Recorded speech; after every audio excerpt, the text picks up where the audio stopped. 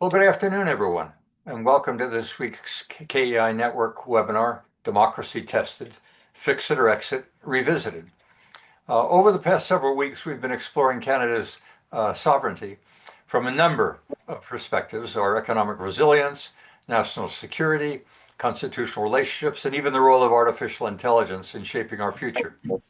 Today's discussion takes us to the next step. Our two feature articles that we incorporated in the newsletter this week asked the deceptively simple question: can Canada still reform itself before frustration turns into rupture? The first article argued that Alberta's growing independence movement should not necessarily be viewed as a destination, but perhaps as a catalyst, a democratic signal that many Canadians, and this has in fact been researched and seems to be valid, that many Canadians, not just Albertans, are frustrated and believe that meaningful constitutional reform can no longer be postponed. The second article shifted our attention from institutions to people. Instead of looking at this from a macro perspective, we dropped down and looked at it at the individual level. And it suggested that even the best constitutional reforms will accomplish little unless we also strengthen the character of the nation itself through service, shared experiences, and civic responsibility, beginning with Canada's young people. Together, these articles invite us to consider an important proposition that strong provinces and a strong Canada are not competing ideas. They may, in fact, depend upon one another. As always, the purpose of the network is not to persuade, but to explore together. Our goal is to examine difficult questions respectively, test assumptions, and perhaps discover common ground where none first appeared to exist. And so joining me today is a panel of Bill Whitelaw, Bill Jones, Marcel LaTouche, and David Redman.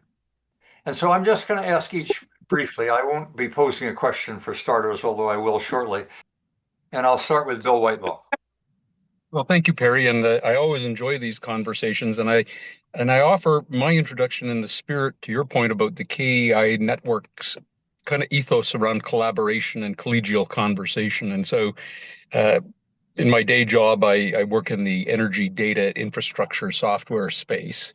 But I'm really interested in this subject because I'm a journalist by background, and in my conversations recently, I've been able to talk to people as a young journalist how I covered the patriation of the Constitution in 1982, and then the Meech Lake and Charlottetown discussions. And so I have a generational advantage of these conversations being iterative and recycled over time. And one of the things I hope that we're able to explore today is each of the generations that's active in today's conversations, all the way from Generation Alpha all the way up to the silent generation, what are the tensions that we can mine for opportunity as we transgenerational knowledge and perspective transfer? And so that's, what I hope that we'll get into is we're a bunch of male white boomers on this panel today, but we have a certain set of lived experiences that my kids didn't have the benefit of as young adults now, and all the young Generation Alpha people that I deal with now in high schools, is how do we use our lived experiences to help inform them around the kind of background research that they might want to be thinking about doing in terms of constitutional exploration and this sort of thing. And so, I'm really looking forward to what my colleagues have to say. So, good. Well, thank you, Bill. Marcel, let's go to you next. I'm Marcel LaTouche. I am 81 years old and I'm retired. I was an educator. I've been in finance for over 50 years. And I was the former president and CEO of the Institute for Public Sector Accountability. Why am I joining you today is because I am very concerned about what's happening to this country. I mean, the idea that we are talking about separatism to me is very, very important. I don't think that I am a separatist per se. I will vote yes in a referendum to force Canada to wake up as a catalyst to make certain changes. One of my problems that I have is started a long time ago. When I first arrived in Canada in 1978, as a former tennis player in the UK, and I've been involved in a number of things. When somebody start talking about the youth, people do not understand how the Constitution works in Canada in such a way that we've divided this country in regions, and we still are affected by this kind of division that we have. And my intent is, let's make this country a more respectable, equal division and respectful provinces across the country. I mean, my idea is that we need complete reform to make sure that Alberta gets the respect and the rest of the country understands our grievances and where we want to go. We just don't want to separate for the sake of separation. We want to separate to get the respect that we deserve. And that's where I come from when it comes to the referendum in October. Okay, well, I didn't expect to get that overview so early, but thank you, Marcel. I think that's very helpful for the audience. It sometimes asks the question of whether or not I've been fair in asking people to give us their background for starters. So, Bill Jones, let's hear from you next. Thank you, Perry. Well, I would say you can frame me as a reform sovereigntist. So I'm working hard on building Alberta's physical infrastructure through technology and other developments, but as well as building the internal capacity of Alberta to govern itself, while at the same time working hard to see if we can reform Canada into a credible path to accept that reformation. So I kind of walk with 2 feet in 2 different camps, and I'm trying to hold the middle, which is a very difficult position to hold, since I'm attacked by the status quo Canadians as being disloyal, and I'm attacked by the separatists as being unwilling to embrace independence and separation, quid pro quo. So I'm trying to hold the moderate middle in this particular dialogue. I do have, of course, my own doubts about Canada's ability to reform, but at the same time, I believe we need to walk that path. We need Canada to prove itself one way or another. We need to walk to the bank of the river to see if there's a bridge. And if there isn't, we need to build our own. And if there is, we can cross and maintain Canada in unity. Thank you. Well, you're not alone, Bill.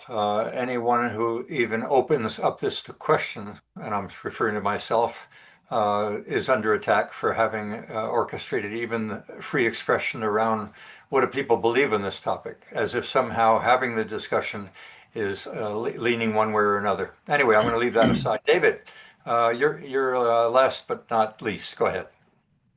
So I, like everyone else on the panel, is a boomer. My parents both fought in World War II in uniform, my mother and my father. So my belief in this country was deeply rooted. I joined the Army in 1972. I spent 27 years in the Army. And one of the things I was taught in the Army was process. But while I was in the Army, many things happened, like Meech Lake and Charlottetown. And in fact, I was posted in Montreal between those 2 events. So I lived on the south shore of Montreal, a very separatist region south of Longueuil, with my family and my children. And it was a very difficult time for 2 years. Let's just leave it at that. And as well, when I was in the Army, I commanded a battalion in the middle of the Bosnian War in 1995. And October 30th, for those of you that don't remember, was the last vote on separation in Quebec. I had a battalion that was 1/4 French Canadian, and we were in the middle of a horrible, disgusting civil war in the former Republic of Yugoslavia, and we sat on a concrete floor waiting to find out if we had a country to come home to that night. So it became very personal to me. After the Army, I worked in emergency management in Alberta, where I brought process to counterterrorism following September 11th. Worked both sides of the border for 14 years in emergency management, counterterrorism, and critical infrastructure protection. So I've had the opportunity to live on both sides of the Canada-US border and from coast to coast in Canada. So I bring the perspective of someone who has seen every province in this country, either living in it or operating in it in uniform or working in it in counterterrorism. And so reflecting all the different people, but I wore a little pin today. Everybody has little pins. I have 6 grandchildren. They're all 20 and older. And this one was given to me by one of my granddaughters who went to Ottawa recently and bought it. And what it is it's a little maple leaf cut into a little pin. And in the back of it is a piece of the roof of the West Block, the copper shielding from the West Block. So it's a little piece of the government, and it shows that you can rebuild a democracy. That's why I wore it today. They rebuilt the West Block, and they took little pieces of it to remind us of what the old West Block looked like and what it looks like now. And so I bring the perspective of someone who has seen the troubles that can happen when a country doesn't take care of itself and chooses to go on different paths, and the horrors that can follow. So I am a pro fix-it, and I look forward to our discussion. Well, you know, the discussion itself, as I alluded to, has a number of sensitivities to it. And I was speaking to Tom Lekuzak after his polling, and he's fearful of something like Brexit happening, that the public that's supportive of sovereignty, of retaining Canada, is not going to take this seriously, and that the separatists who are anxious are going to turn out in droves, and we're going to get a decision that democracy may live to regret. So is Alberta's independence movement primarily about leaving Canada, or simply a democratic mechanism for forcing constitutional reform, as it has been alluded to? And is there a risk in this? Bill Whitelaw, why don't I start out with you? I think you've nailed a really intriguing dynamic that I pay a lot of attention to, Perry, and that's this idea that, you know, like, and I'll say this boldly, and I really appreciate the perspectives of Bill and David and Marcel, because it, you know, it also tells us, the thing I worry about is how much we take our democracy for granted. You know, in that old expression, I cried because I had no shoes, and then I met the man with no feet. And as I watched the world headlines unfold in many jurisdictions around the world, and I reflect, I said, you know, as Canadians, do we realize, for all the woes and travails we have, how really fortunate we are to be governed the way we're governed right now? And I do think the separation discourse is if there's a silver lining in the cloud, it is that ability to say, you know, back to that old sort of Greco tradition of dialectic, of having those very robust conversations like we're having today. But I do fear that the Canadian complacency at the polls, when we look at voter turnouts in general terms, is lighter than it should be, right? In terms of that opportunity you have to make your vote count. And I do really get concerned here in Alberta that every neighbor will rely on his neighbor going down the road to the polls because, you know, grocery shopping or something else will trump that evening. And the results that night will not reflect what we're seeing in the polls right now, in terms of, because those polls give people a comfort that, yeah, my neighbor's going to look after the vote on October 19th, and so I don't need to bother showing up. So that concerns me. That concerns me greatly. But I would also like to raise, and I'd like the group's thoughts on, I've created a new phenomenon in my mind that I study, and I call it the separatist in sheep's clothing. And it's the individual who will posture about not believing in Alberta independence directly, but we need to send Ottawa a message. You know, and as I live out here in southern Alberta, you know, I drive and I see all the "Send the Ottawa message" signs on every fence post as I drive through the foothills. I get really worried that people will say that and they say, okay, yeah, my neighbor's going to take care of me not having to worry about those guys wanting to send the message. And the results will be a lot closer than we think.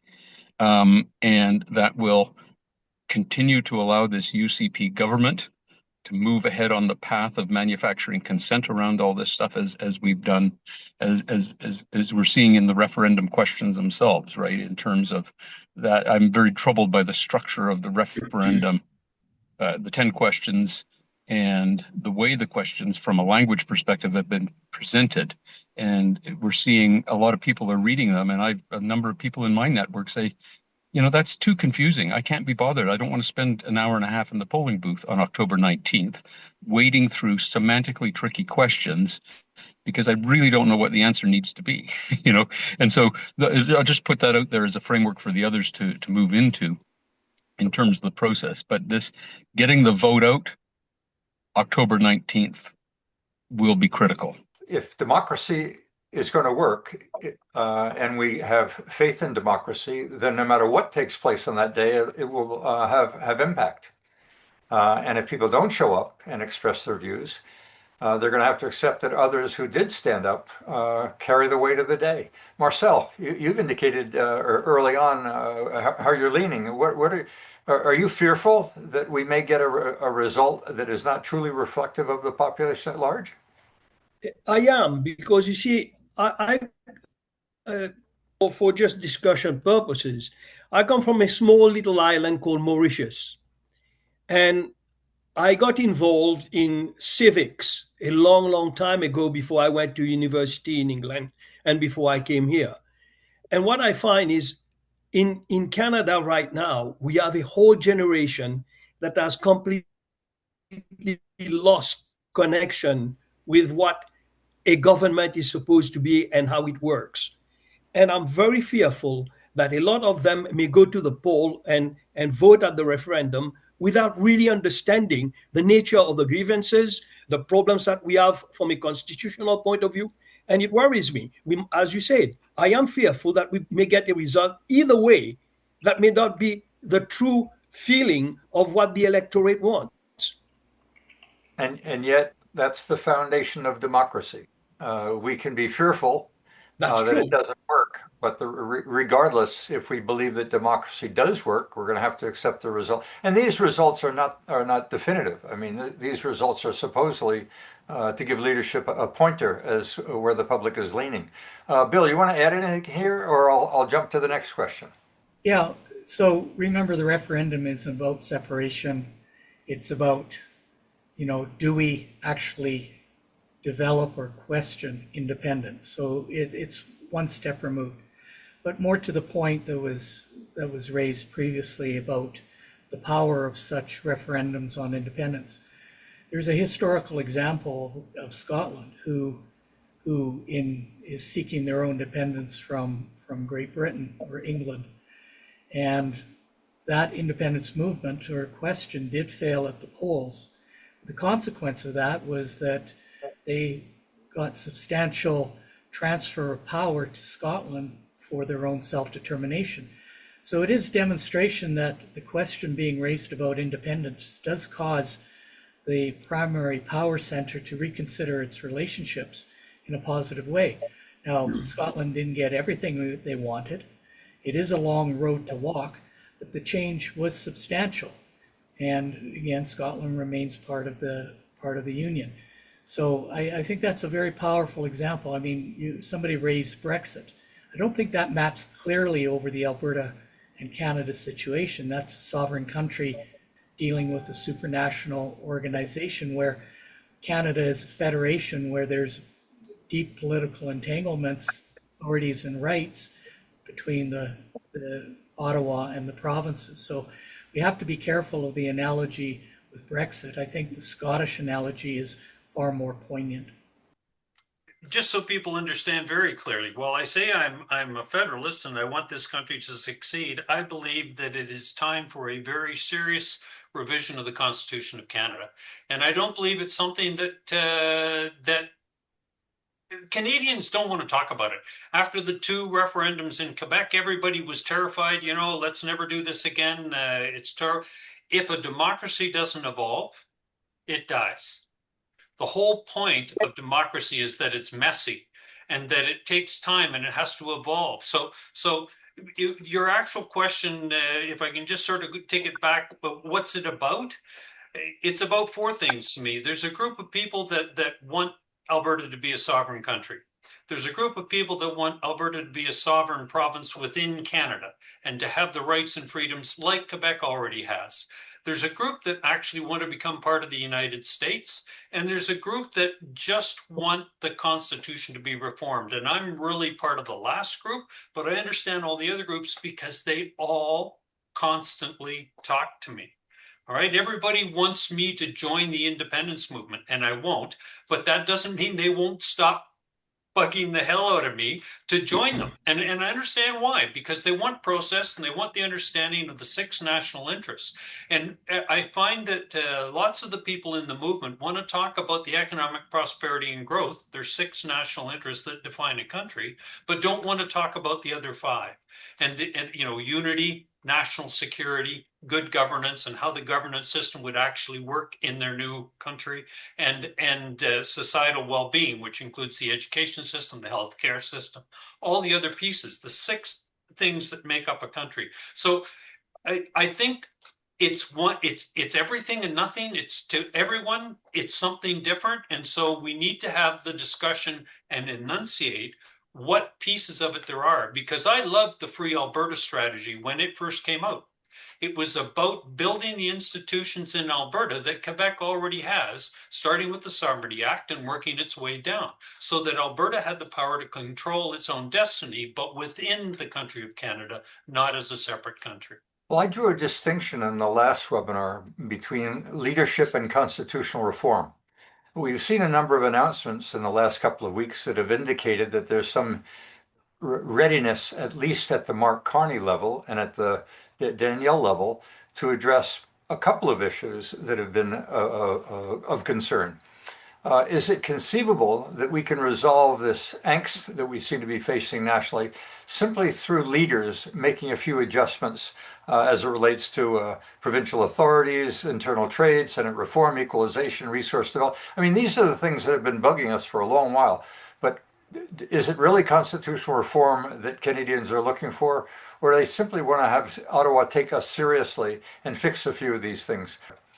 I want to make, based on the wonderful commentary of Bill, David, and Marcel, I do want to make sure that we make room in this conversation for who's absent on this panel, and that would be our Indigenous colleagues in terms of their important, critically important stakeholders in this conversation in a multitude of ways. And in that, you know, when we talk about, you know, I'm going to make this point. Again, we've taken our constitution in Canada for granted, just like we take our democracy for granted. Constitutional illiteracy is one of the biggest millstones around the neck of this entire debate. Like, we can come on this, you know, as reasonably informed individuals and sort of contribute to conversations because we're passionate about this. We've informed ourselves about this. We have lived experiences about this. But when I look around and I talk to a lot of my colleagues of all generations, and I lament to myself, is how have we gotten this so far in life without understanding some of the fundamentals of the Constitution and what's possible within all of the mechanical processes that you've described, Perry, along that reform, change, you know, overhaul spectrum. And so we use a lot of verbs to describe change, but we don't, because we don't have an understanding of the fundamental building blocks of the Constitution, either the 1867 or the 1982 version. We're hamstrung as a nation, right? In terms of, and I'll say this just as before I pass it on, I'm very compelled by David's remarks because it also puts me in mind of that great Canadian scholar Jack Granatstein, who wrote the book "Who Killed Canadian History," and you know, he lamented back in the 90s. Very, you know, part of it was as a military historian, he lamented that we don't teach history in a way that keeps generations current with these drivers and these different events.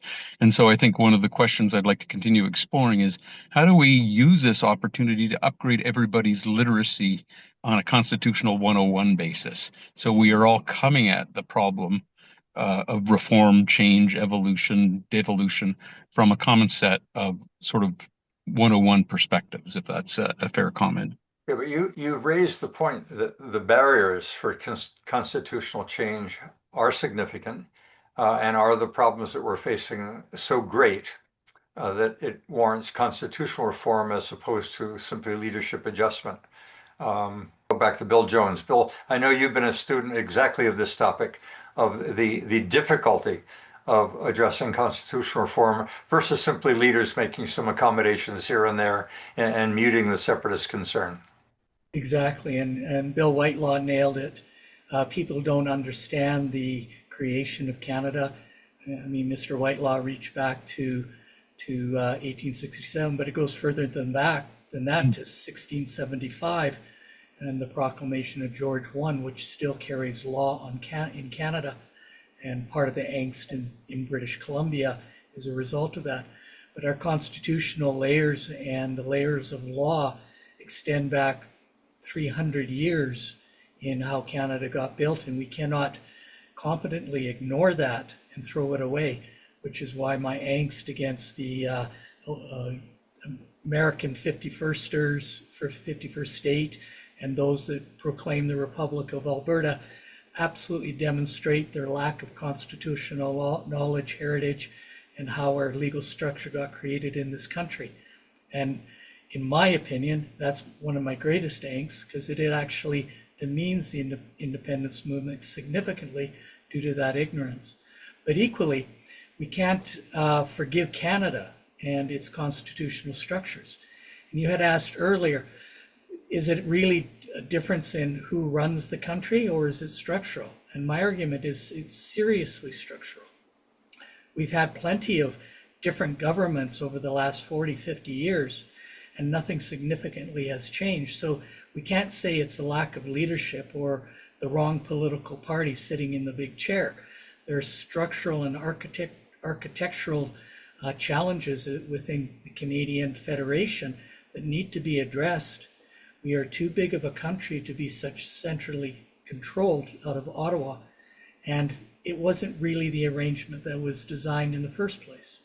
I mean, there was a news article a couple of days ago, some medical association in Ontario is petitioning Prime Minister Carney to penalize Alberta for thinking about a two-tiered medical system and saying, you know what, Ottawa needs to withdraw federal funding for the healthcare. Thinking that's going to be, the reason is to show the independence movement the error in their ways. But that is utter ignorance.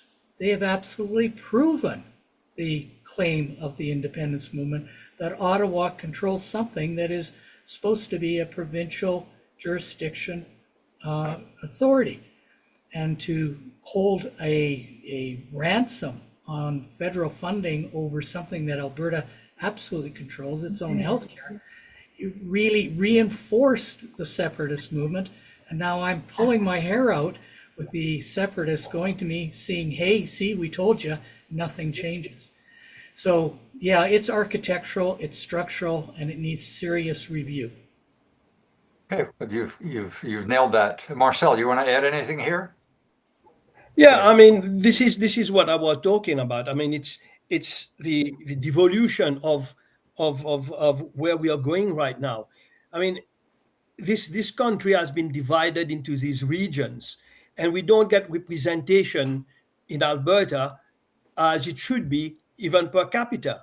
I mean, if we today look at the distribution of seats in Parliament and so on and so forth, I mean, it's very, very disproportionate, and Alberta doesn't get the amount that we should be getting. I mean, if we use the same formula that they use, for instance, for PEI, Alberta should be getting 87 seats. And that's what happens when then Ottawa has got all the power and, they don't even want to listen. I think it was call the Prime Minister and say, could you please stop Daniel Smith from trying to change the healthcare system? I mean, is that where we are going now? That we go when we don't like something, that a party in a province goes to Ottawa and demands that, they should step in. I mean, are we children, or are we part of a federation of equal status for all? Well, I'm gonna shift gears right there about we. The second article in this whole discussion was about what we need to do at an individual level. It talked about introducing a national program, not conscription and not even with a military focus, but one that takes seriously the need for education, the need for awareness, that democracy simply doesn't happen. It's a byproduct of informed citizens, and we should be starting with our youth. For those of you that recall that particular article, does either one of you want to start out? In fact, I'll ask David. What are views? So that's why I wrote the paper a year and a half ago on the 6 national interests that define a country and a vision for the country built off the 6. Because you can't cherry pick one little piece out of one of the 6 national interests and think it will fix all the other pieces. And so in personal and community well-being, which is one of the 6 national interests that define a country, the education system is one of the roots. But as an officer in the Army, there's 10 activities that make up all of life, starting with governance, operations, plans, intelligence, and you work your way down, logistics, finance. At the very bottom, the very last step is training. This is the 10th activity, because what you train is all the 9 that are before. Okay? And so I understand. I totally agree with Bill when he talked about Granstein's book and who threw away our history. We've watched political leadership in this country, at least for the past 11 years, intentionally denigrate the history of our country. So yes, it's at the root. If from K to 12, we don't teach the complete history, warts and all, of our country, then we can't expect the youth of tomorrow, who are going to be 20 years old and run this country in the future, to understand the wonderfulness of what we've got, this unique democracy that is Canada.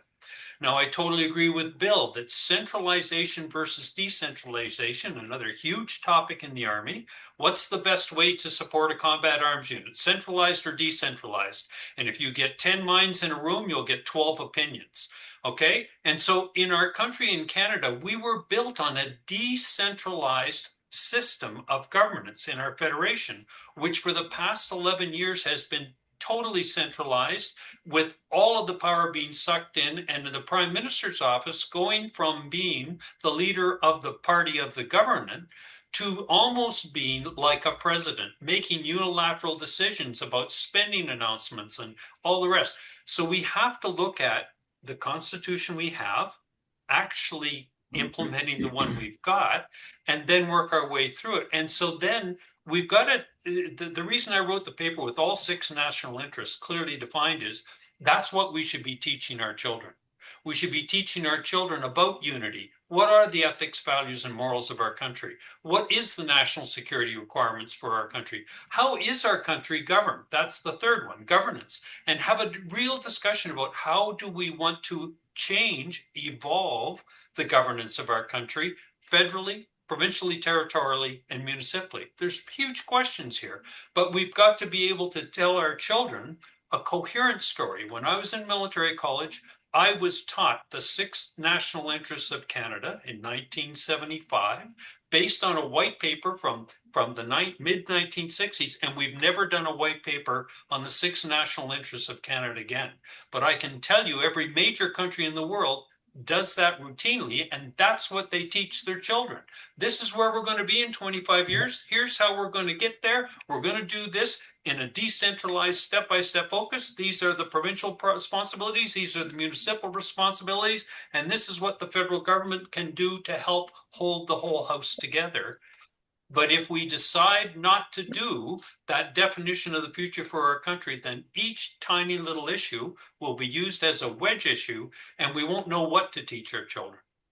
Well, the discussion that has been initiated should be an educational moment for our youth if they pay attention, and if in fact we have this discussion openly, so that kids will reflect on, they remember the day when we talked about sovereignty or separation.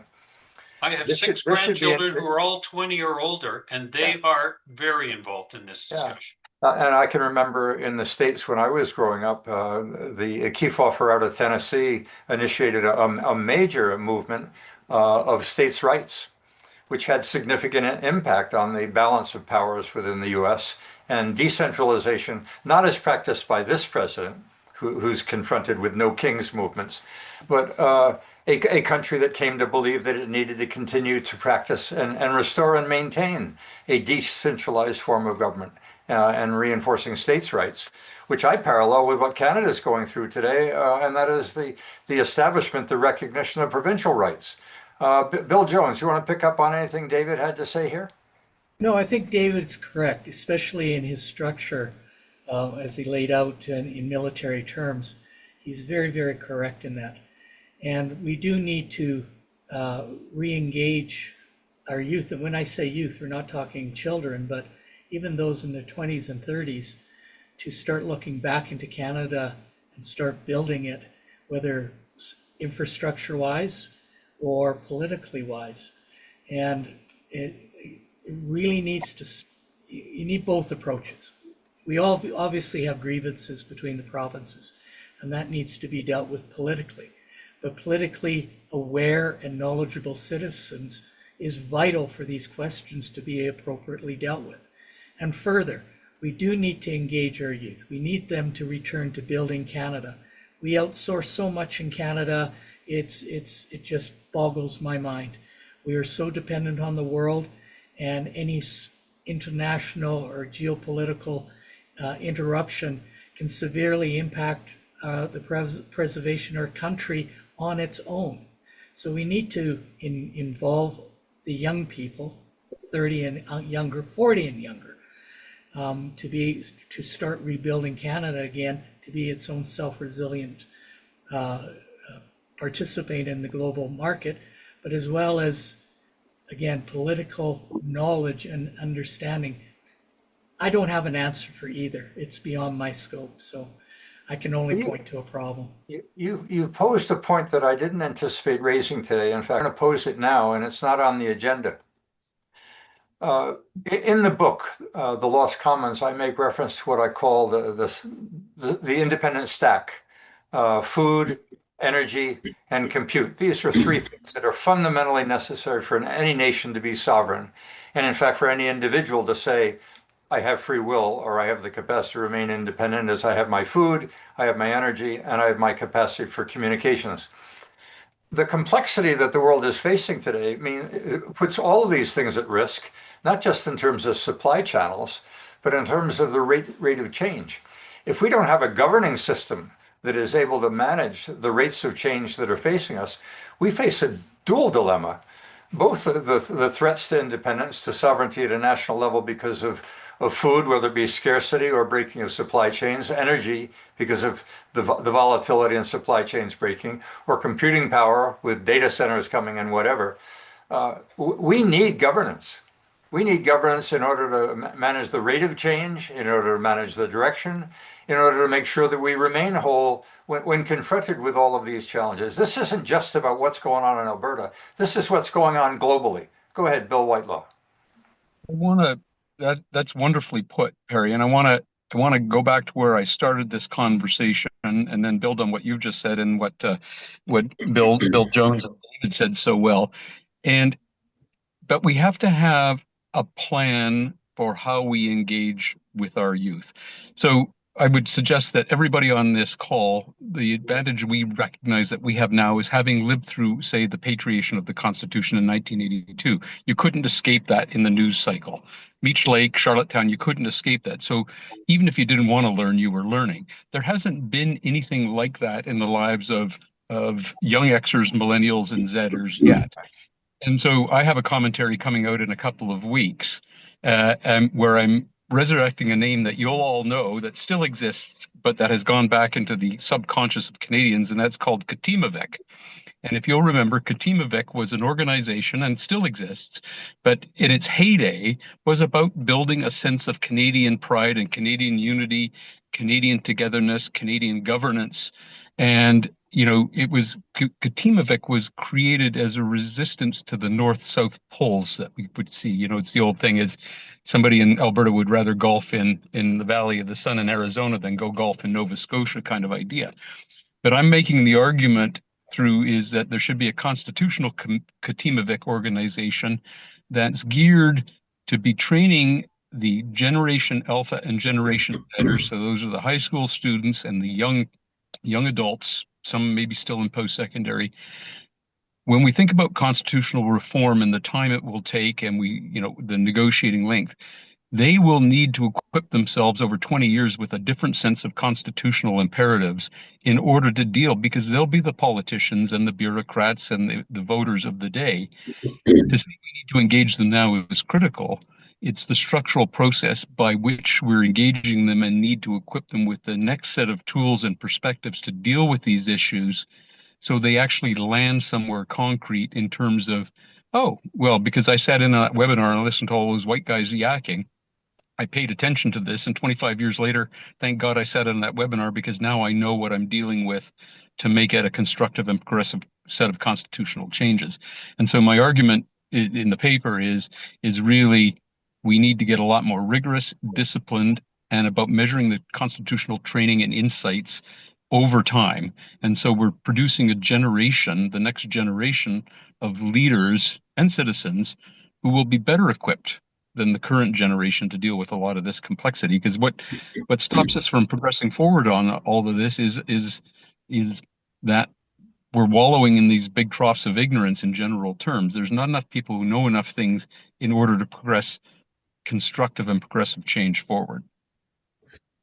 That Marcel. I agree with you, Bill, that we need to do something. But how do we start this process?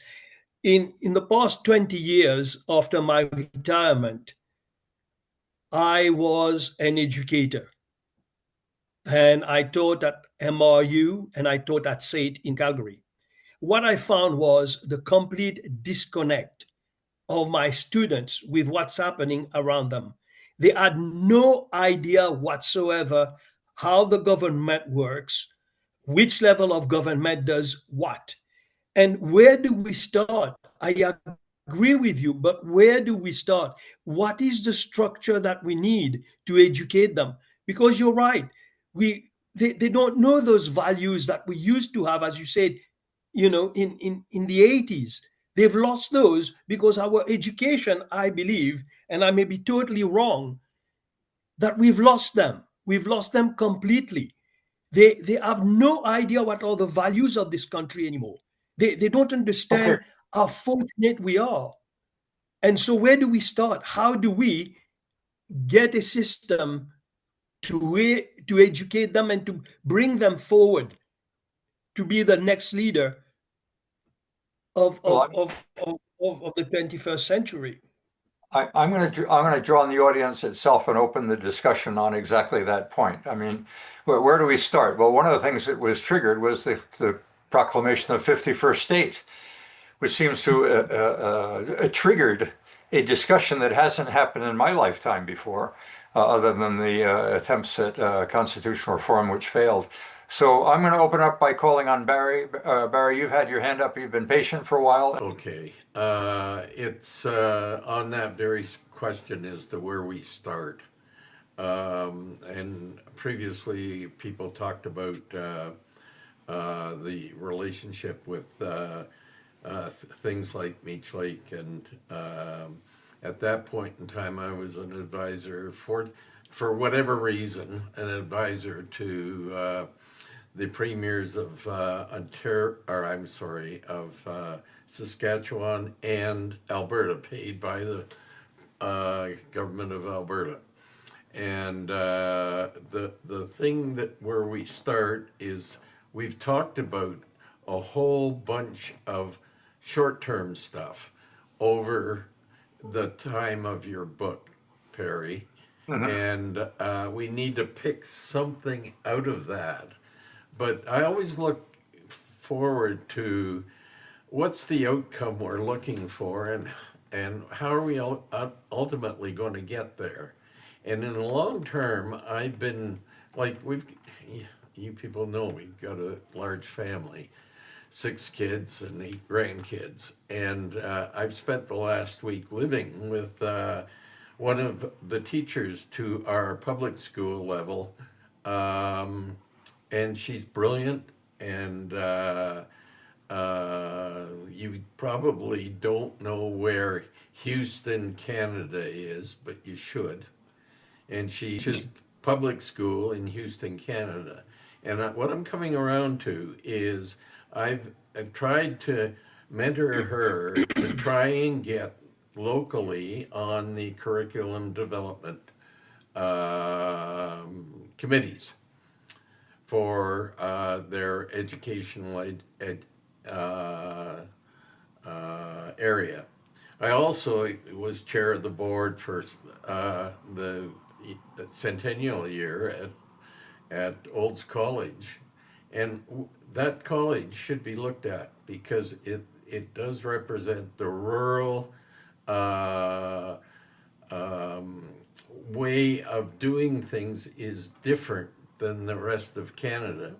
And again, how they set curriculum and led a few other colleges through the same process. How they set curriculum was important. It's long term, but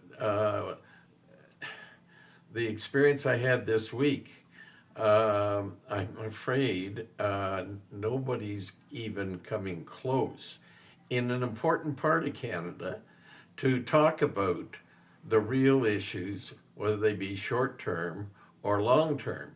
And until we know the short term, we can't influence the curriculum development that happens across the country. Well, to me, that curriculum development is the key. How do we get at it? Yeah, I think you're also touching on a point of it's not just curriculum development, it's making certain that our teachers know how to teach this stuff. That's true. I know my daughter, who I called brilliant, or granddaughter, she doesn't know how to teach this topic, and yet she's got 2 education degrees. Well, teaching this topic would be to start with just asking questions.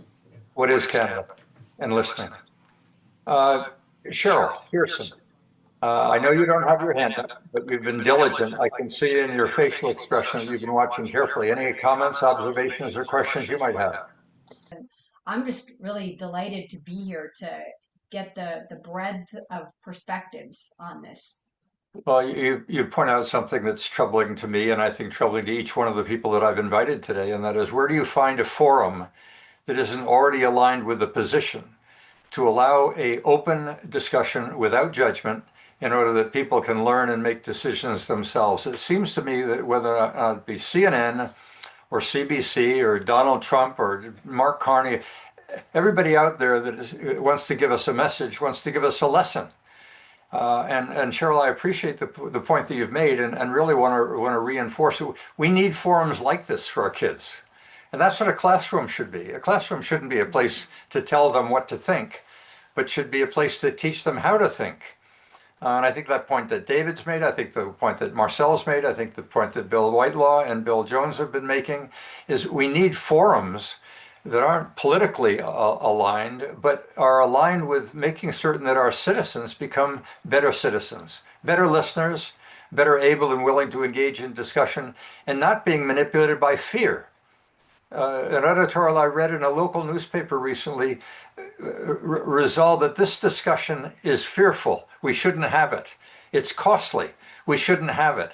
It kept on portraying all of the reasons why not to have a discussion about sovereignty by simply citing what the pain might be, implying that pain is enough to just stop something.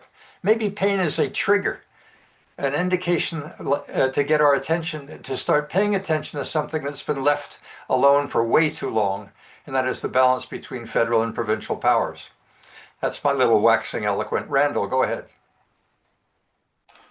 No, I'm just saying I'm with you on this, but one thing that I find missing from the conversation is how this issue in Canada is really not isolated around the world. There are all kinds of separatist movements and questioning of the roles of different levels of government. And it seems to me there should be some more central, well thought out, let's say, algorithm, like an optimization rule for how powers get escalated or delegated.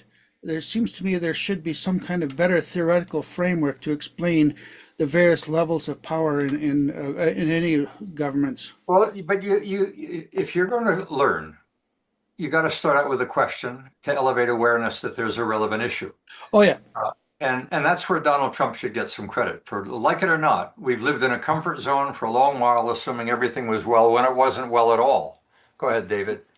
So 2 points. First of all, education is a provincial jurisdiction. So every province, it has their own curriculum development, and how you get inside that is extremely difficult. I have family involved in it, and the world has been taken over by an ideology that doesn't necessarily reflect the people that are having this discussion. When I was a young officer in the Army, before I was allowed to teach as a brand new captain in the school to teach other people to be officers, we were forced to watch a 2-part video. It was called You Are What You Were When. And it was done by a PhD out of Texas. And what he was trying to say was, people live in their bubble. And right now we're in a bubble where we've had 20 years of helicopter parenting, 20 years of bulldozer parenting. And so we've developed people that are up to about 45 years old that believe all risk must be managed by government, that they're not responsible for managing risk in their own lives. And so that's where we get this apathy. Government has to fix it. This guy's thesis was, once people have their background established, the only way to change them is with a significant emotional event. And in his case, he studied the American military and how it broke recruits down at 18 years old through sleep deprivation and physical exercise, and then reformed them to be soldiers in the American Army. And that's why we were watching it. That was what my job was, to take young men and women in Canada and turn them into officers. And so my point is that I'm trying to get to, we're at this malaise where people just think government has to fix it. And I hear all these discussions about, well, somebody's got to fix the education system. Somebody's got to fix the healthcare system. Nobody wants to take, well, we're about to hit that significant emotional event. And it's either going to be a massive recession, I believe depression, a war with China, a world war, World War III, or something like that. It's on the horizon within the next year. We're about, as Canada as a country, we're going to come crashing into something. The question is, who's going to be ready to lead the way out of it? And to talk about all of these issues based on all 6 national interests. How are we going to reunify our country? How are we going to take national security, all 10 elements, seriously? What kind of governance system do we want for our country? What do we truly believe in, rights and freedoms? How are we going to achieve economic prosperity and growth? And how are we going to fix personal and community well-being, including our education system, our healthcare system, and all those other pieces? We need to be ready for that significant emotional event, which, like it or not, is going to come crashing into this bumbling Canadian society, in my opinion. Well, you've portrayed crisis as opportunity. So, Correct. Bill Jones. Well, just to echo Mr. Redman's point, he's absolutely correct. And to address what Randall raised about independence movements globally, there is a history behind it. After First World War, we saw the collapse of empires and the rise of nation states. And that was a natural outcropping where it was understood that centralizing government power gave you significant ability in military terms, where you can centralize production and development for nations that are under risk or designed for military purposes.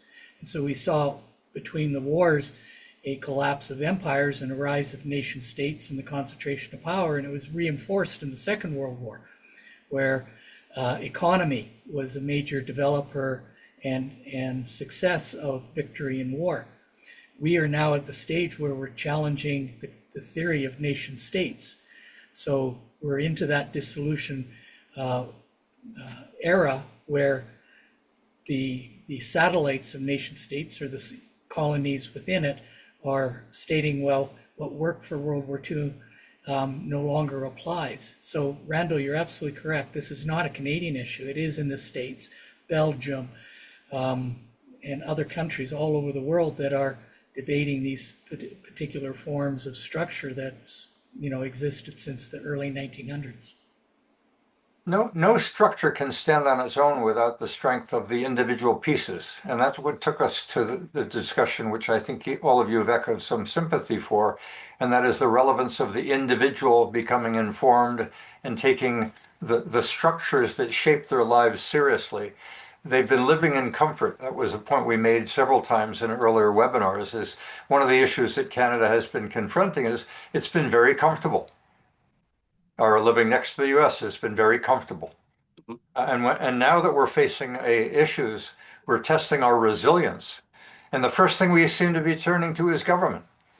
Instead of turning to family and turning to the classroom, instead of turning to individual. This is what the book, The Lost Commons and the Mysteries of the Mind, and finally Whimsy, The Worlds That We Create, is all about. That trilogy that I'll be releasing this fall. Seems we're all in the process of writing a book right now. And in the course of writing that book, we also discover how to communicate and what's core. And to me, what became core was the imagination of children, which we've suppressed. The imagination of Canadians, which we've suppressed. The relevance of the individual voice that we've suppressed.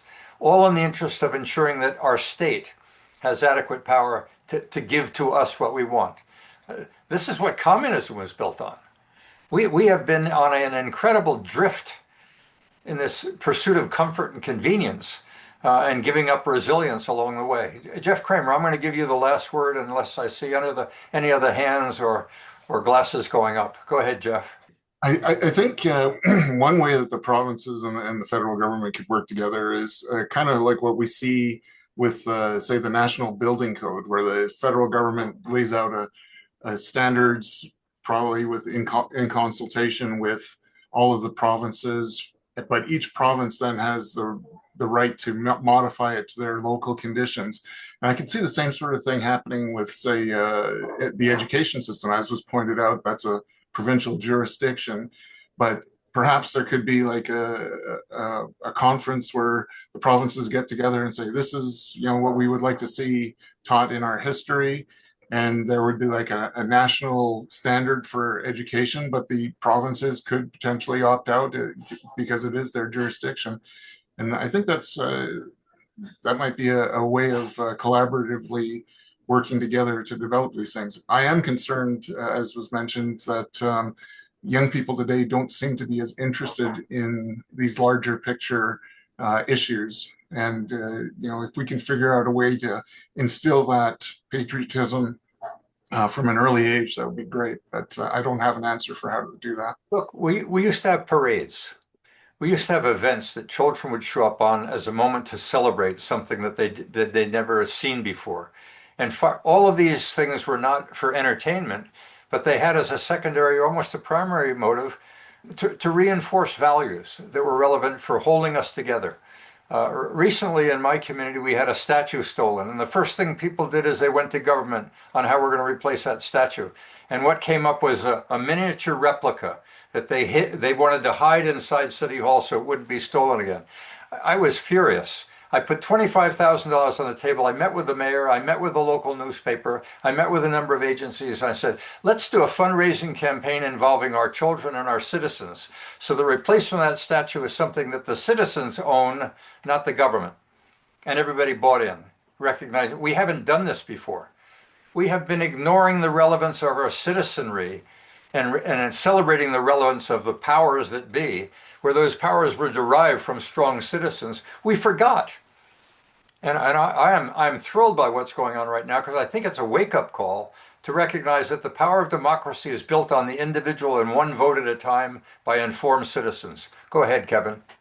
Yeah, just to build on what was previously talked about, most of us acknowledge that our educational institutions are downright medieval, and I think that's a critical aspect of how we're going to change things and make a better society is to completely revolutionize our educational system.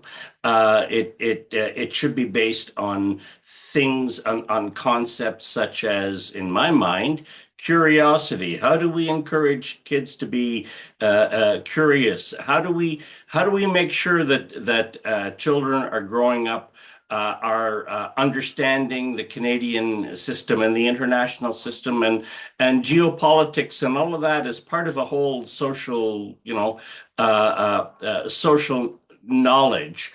And quite frankly, and here's a plug for KEI, many of the webinars that we have produced over the last few years could be a fairly significant contributor to that curriculum. Well, thank you. Let's move. We've got a movement underway. Barry, you've got your hand up. I, for at least 3 decades, believe Canada is no longer a democracy. It's not an autocracy yet, but the autocrats are winning. And we need to get off our asses and start somewhere. And I think it's trying to get into the education system and bring up kids and the educators on what created Canada as the best country in the world. Thanks for the. Well, we start with the waking up, and whether it be calls for referendum, we need a beginning, and our young people need to be part of it. Not secondary, not hiding, but they need to be front and center because that is our future. Richard, you've got your hand up. I'm going to give you the last word. I guess my thought was I might have missed some comments earlier, but because we're facing a world where machines are becoming prominent with respect to youth and the whole conversation, how do we position ourselves so that we can speak on behalf of ourselves and not through data centers to answer these questions? How do we avoid that pitfall?